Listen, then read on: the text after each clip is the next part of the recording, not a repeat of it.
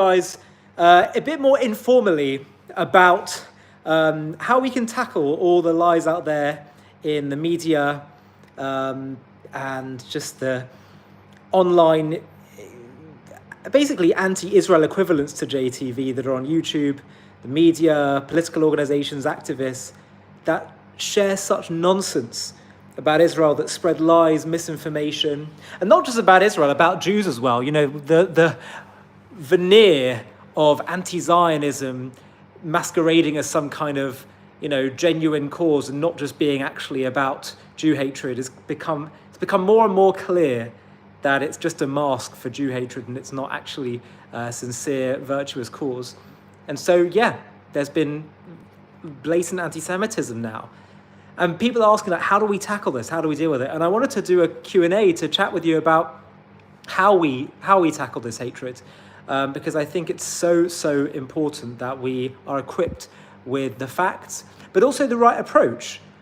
And my view is that we need to have, on the one hand, an uncompromising commitment to sharing the truth, exposing the lies about the anti-Israel cause, not trying to, you know, play both sides, be a bit ambiguous in our language or the way we describe the anti-Israel cause. We should be clear on what it is. We should be clear that the Palestinian cause is simply based on lies and misinformation, and the whole thing is a cynical ploy to get rid of Israel. There's no genuine desire for a nation state or justice or all the rest of it. But equally, I think we need to be creating pro-Semitism. It's not enough for us to always be on the defensive, just saying why these lies are wrong. We need to actually inspire people with positive Jewish identity, positive reasons to connect with the Jewish people in Israel. And that, I believe, is through telling Israel's and the Jewish people's incredible history and story, and also teaching the wonderful wisdom within Judaism, which is, I'm blown away consistently by the wisdom and beauty found in the Jewish tradition. So really what I wanted to do was use this as a chance to take questions from you guys. If there's anything you ever wondered about, you know, accusations leveled against Israel or the Jewish people, questions people may have, maybe that you've been asked, questions that have been on your mind maybe, and you've wondered about, then now is the chance to have a conversation about this. You also might be aware that we're doing a campaign right now on JTV. We're posting it everywhere. Please do donate to the campaign. The purpose for the campaign is to basically build the channel at a much faster rate. And what I'm going to do is I'll post the link in the chat over here. Let's see the live chat. How do I get that up? Can I type in it? Let's see. I'm not even sure if I can type in it. Chat viewing options, top chat. Let's see. I don't even know if I can type in it. Not sure. But either way, we've been pushing the campaign, and it's just really important. If you're able to support the campaign in any way, we're going to be doing through the campaign's efforts. We're going to be using the funds to grow the channel through doing more documentaries, through doing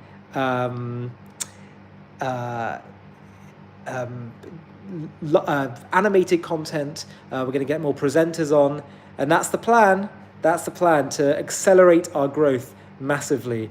So I haven't posted it on this live chat, but you'll see on basically every other video on JTV, there is a link in the video description to our campaign. Please, if you're able to donate at all to our campaign, I would be so grateful. It will have a massive effect on helping us to grow. So please do donate. We've got Idan here saying hello. Sweet Baby saying, what's up, brother? What's up? We've got Mike Sondorp saying hi. Head-butting Bullets saying free Israel. Chana Simcha Tehila Abadi saying shalom from Tel Aviv. Shalom. And Tadara Bar, she's saying, well, thank you very much. Hasnain Ahmed, he said, yo, I keep seeing you, but I don't know your name. My name is Ollie. Nice to meet you.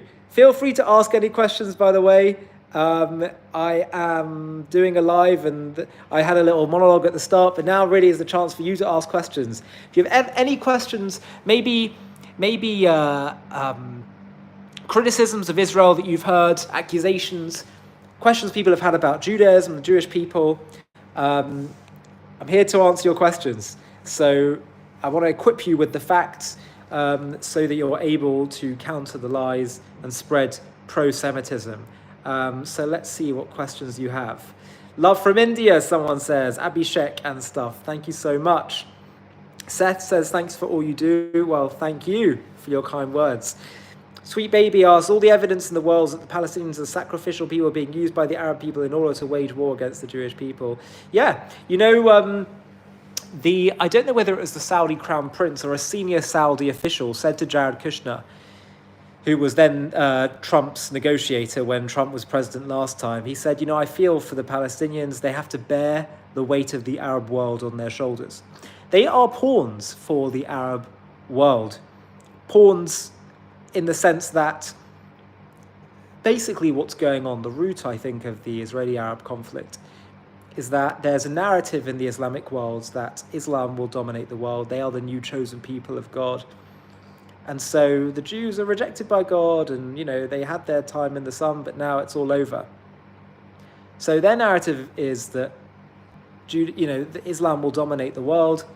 So what does it mean after 2,000 years? You know, that narrative works very well, but then what happens after 2,000 years? The Jewish people returns their land, they re-establish sovereignty in the land. Hold on one sec. I thought they were rejected by God, condemned to wander the earth forever. Suddenly they returns their land. What does that mean? Well, you got two options. Option one is God never forsook the Jewish people. Exile was part of the plan, and he sticks to his word when he says, I'll return you to the land, and our covenant with each other will be eternal. And the Jews remain God's chosen people, his agent for revealing his word and will to the world. Or option B is that actually no, the Jewish, the recreated Jewish state is just a test from God, and so it's basically something we have to annihilate and get rid of. And that's why they have this deep hatred. That's why Israel is such a theological threat to them. So, yes, the Palestinians sort of bear the brunt, are at the forefront of that philosophical battle. But let's also be clear. Let's not take away agency from the Palestinians as well themselves. You know, let's not just say, oh yeah, they're just victims of an Arabic Islamic extremist ideology. We also have to give people agency as well. You know, I do not believe that my grandparents' generation that saw the horrors of the Nazi concentration camps, not that I would ever compare anything that Arabs have gone through in Israel to that, God forbid. Most of the things they complain about are self-inflicted. From occupation to war to displacement, they're all self-inflicted because they chose to wage war against the Jews. But let's just say, for argument's sake, my grandparents' generation, they leave the horrors of the Nazi concentration camps, and then what do? They start raping random German women, beheading and mutilating and kidnapping German babies and random German men and women. I don't think Jewish people would be supporting that, no matter what we've been through. So the fact that you've got 75% support, even more recently, among the Palestinians for what Hamas did on October 7th, I'm sorry, but I don't just say, oh, well, they're just victims. No. Give people moral agency. That's what the Jewish people teach. Even if you've been victimized, you don't have to be a victim, and you still have moral agency.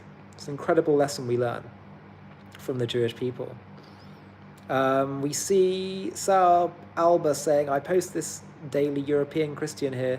Protestants of Scotland and Northern Ireland fully support Israel and the IDF. Well, great. That's great to hear. Thank you so much for your support. Idan says, what do you think about Ben Gvir and Smotrich? Well, look, I'm not going to comment on any particular ministers in Israel's government.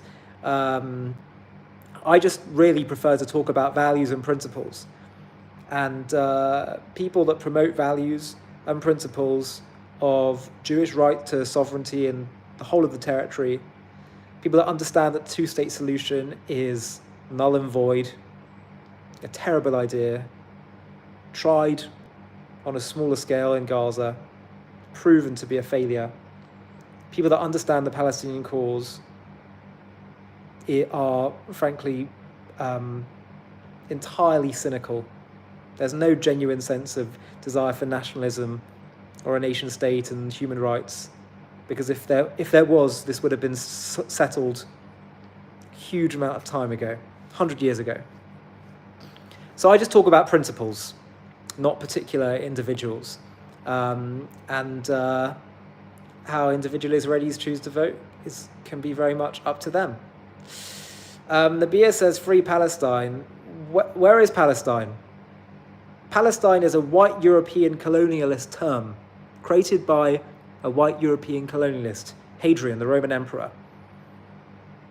There never was a state called Palestine. Palestine is named after the Philistines, who were an ancient extinct people that came from Greece. They have no connection to Arabs. Arabs prior to Israel being created, in fact, prior to the 1960s, didn't even call themselves Palestinians. And the land was called Palestine when Arabs were living there.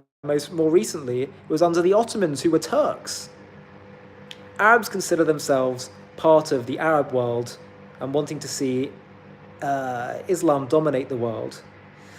And so that's really the reason why Israel's existence is so objectionable to them, not because they believe they are the rightful owners to that territory from a national standpoint, because they'd be happy to be part of another Arab country or another Arab territory or Islamic entity, as long as it's not controlled by Jews. The proof of that being from 1948 to 1967, when Jordan and Egypt controlled the territories of Gaza and Judea and Samaria, there was no big call for freeing Palestine then.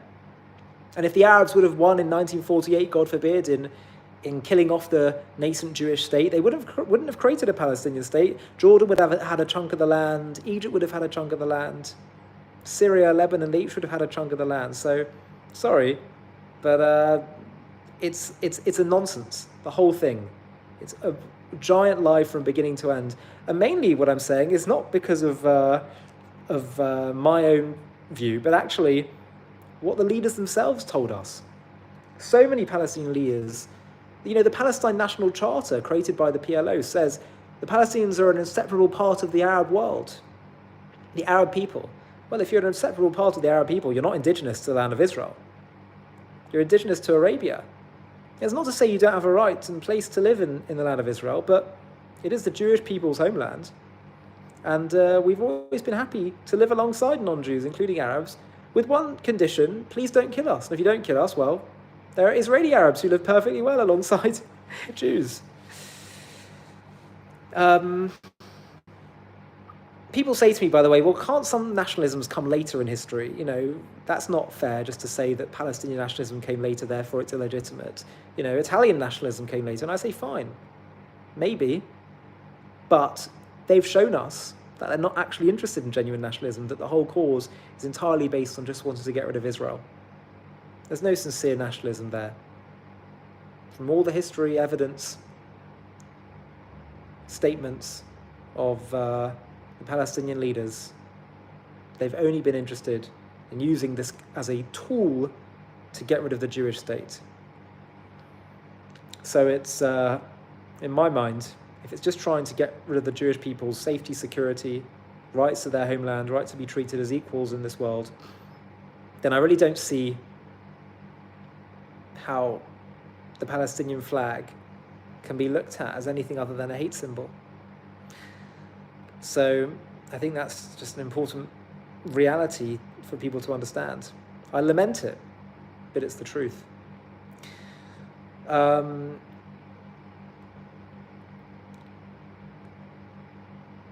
Let's see what other comments we have.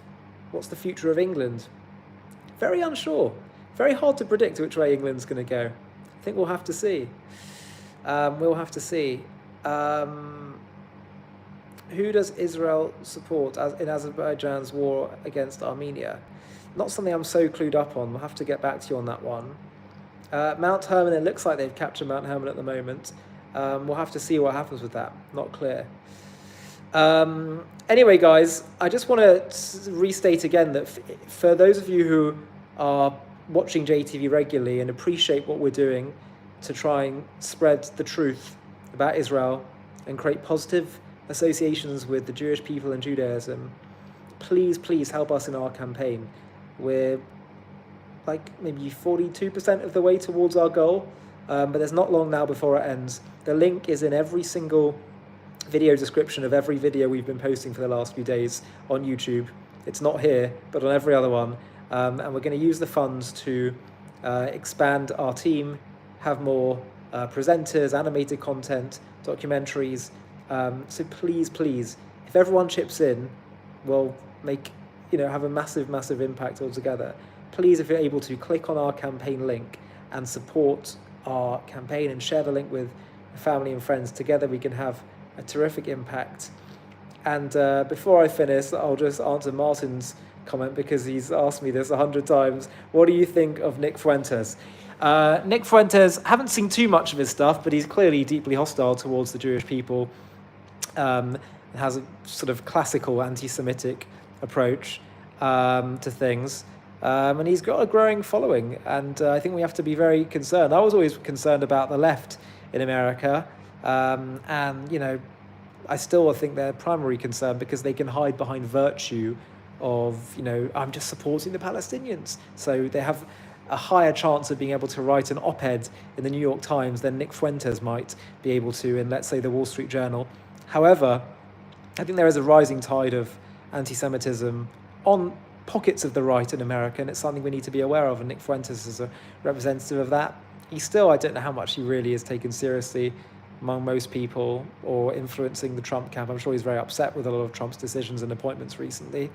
However, I think we need to be aware of him and know that he probably does have a growing base of support. I don't know how big that base is, but I think we just should definitely be aware of that and aware of him. And so